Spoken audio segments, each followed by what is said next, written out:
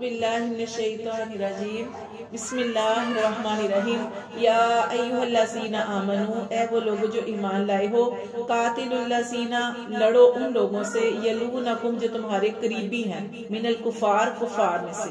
یعنی اس میں یہ بتایا گیا کہ سب سے پہلے جیسے نبی پاک صلی اللہ علیہ وسلم نے جب تبلیغ کا کام شروع کیا تھا تو سب سے پہلے حکم کیا آیا تھا اپنے رشتہ داروں سے شروع.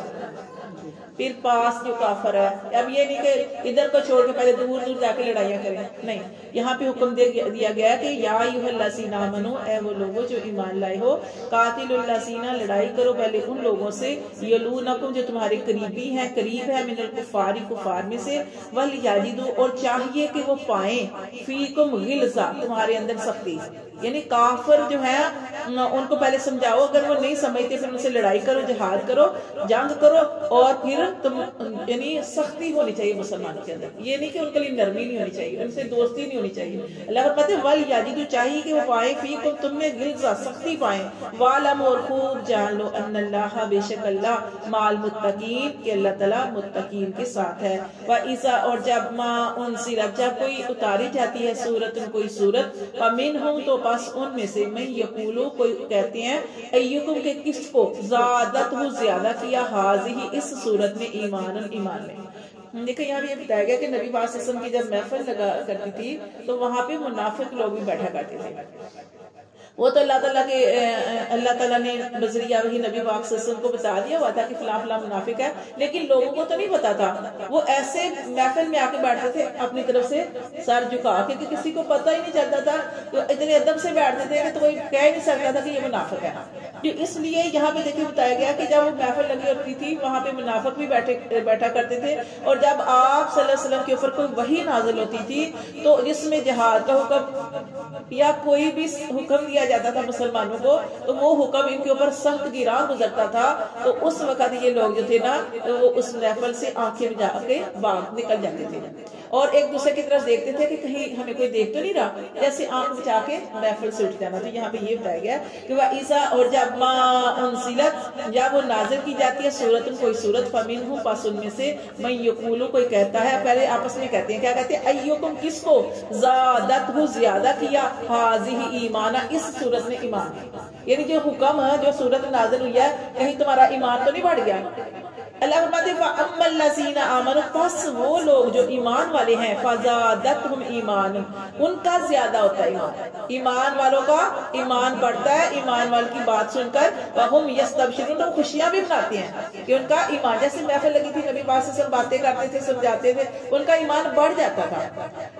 اللہ فرماتے ہیں ایمان والوں کا ایمان بڑھتا ہے اور وہ خوشیاں مناتے ہیں. وَأَمَّا الَّذِينَ فِي قُلُوبِهِمْ پس وہ لوگ جن کے دلوں میں بیماری ہے, مرض بیماری, کون سی بیماری تھی؟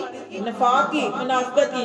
اللہ فرماتے ہیں فَزَادَتْهُمْ تو زیادہ ہوتے ہیں وہ رجسن گندگی میں, الى رجسہم صرف گندگی کی, یعنی وہ اور اپنی بیماری میں بڑھ جاتے ہیں. جو ان کے اندر نفاق کی بیماری ہے اس میں اور بڑھ جاتے ہیں. وَمَاتُوا اور وہ مرتے ہیں, وَهُمْ کافر اور وہ کافر ہی مر جاتے ہیں. ٹھیک ہے.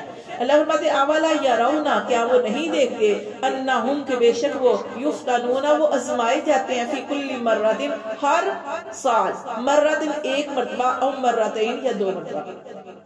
اللہ تعالیٰ فرماتے ہیں کہ اللہ تعالیٰ ان کے اوپر بھی آزمائش بھیجتا ہے. کیوں بھیجتا ہے؟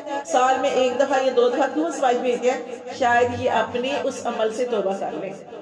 اور یہ صرف منافق کے ساتھ نہیں, یعنی آپ جیسے ہم لوگ ہیں ہمارے اوپر بھی اللہ تعالیٰ تکلیف بھیج دیا نا, جب ہم غلط ہوتے ہیں نا کہیں پہ تو اللہ تعالیٰ ہمارے اوپر کوئی اس طرح کے حالات بھیج دیتے ہیں. ٹھیک ہے, تاکہ انسان اپنے عمل کا محاسبہ کرے, کہیں میں غلط تو نہیں تھا, کسی کے ساتھ زیادتی تو نہیں کر رہی, میرا کوئی عمل کسی کو تکلیف تو نہیں دے رہا. تو اس لیے جو تکلیف آتی ہے وہ اس وجہ سے آتی ہے. ایک تو ہمارے تکلیف آنے سے یہ ہوتا ہے کہ جب ہم اللہ کی طرف رجوع کرتے ہیں اور استغفار کرتے ہیں اللہ تعالیٰ اس سے ہمارے گناہ جو ہے وہ دھو ڈالتے ہیں اور انسان اللہ کے قریب ہو جاتا ہے. اور دوسرا یہ ہوتا ہے کہ اللہ تعالیٰ آزمائش اس وجہ سے بھیجتے ہیں کہ انسان جو ہے وہ غور و فکر کرے کہ کیا میں کسی کے ساتھ غلط تو نہیں کر رہی, کسی کا حق تو نہیں مار رہی, یعنی جو جھوٹ تو نہیں, مطلب اسی ساری چیزیں محاسبہ کرنا چاہیے. تو یہاں پہ منافقوں کے ساتھ بھی اللہ تعالیٰ فرماتے ہیں کہ اللہ تعالیٰ کیا یہ نہیں دیکھتے کہ آزمائے جاتے ہیں سال میں ایک مرتبہ او مرتين یا دو مرتبہ, ثم لا يتوبون پھر وہ توبہ نہیں کرتے.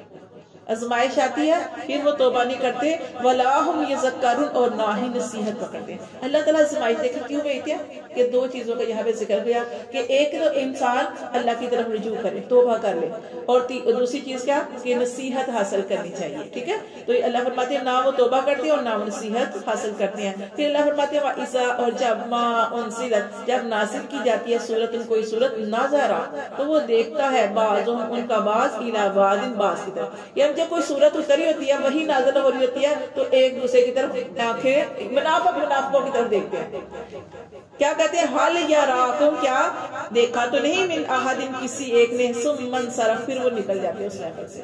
کوئی حکم ایسا نازل ہو گیا جو ان کو سخت ناپسند ہے تو یہ منافق ایک دوسرے کی طرف دیکھتے ہیں اور پھر اس مجلس سے نکل جاتے ہیں۔ اللہ فرماتے ہیں اگر وہ نکل جاتے ہیں تو اللہ تو سب کچھ دیکھ رہا ہے، صرف اللہ قلوب اللہ بھی ان کے دلوں کو پھر پھیر دیتا ہے، کدھر اسی کی طرف، ٹھیک ہے جس طرح وہ پھرنا چاہتے ہیں۔ بِأَنَّهُمْ اس وجہ سے قوم لا يفقهون اس وجہ سے کہ یہ لوگ ایسے ہیں کہ جو کبھی بھی سمجھنے والے